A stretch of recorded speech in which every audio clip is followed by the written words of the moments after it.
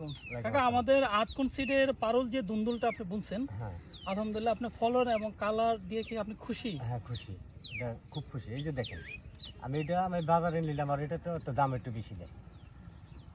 বেশি দেওয়ার কারণটা কি কাকা? এটা সুন্দর মাছলা জিনিসটা, সবচেয়ে তেলতেলা, খাইতে স্বাদ, দেখতে সুন্দর। দেখতে সুন্দর। আচ্ছা, অন্যান্য জাতের থেকে কি আগাম আসছে? হ্যাঁ, এটা একটা আগাম আসছে।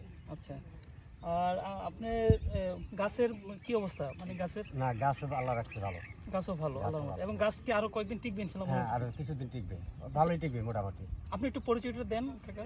আমার পরিচয় হলো রুয়াল ইউনিয়ন, দামড়াই থানা, সুঙ্গুরচর আমার বাড়ি। আমার নাম মুসলিম। জি, আসসালামু আলাইকুম। আমি এস এম সাইবুর রহমান, আতকন সিডের ম্যানেজিং ডাইরেক্টর।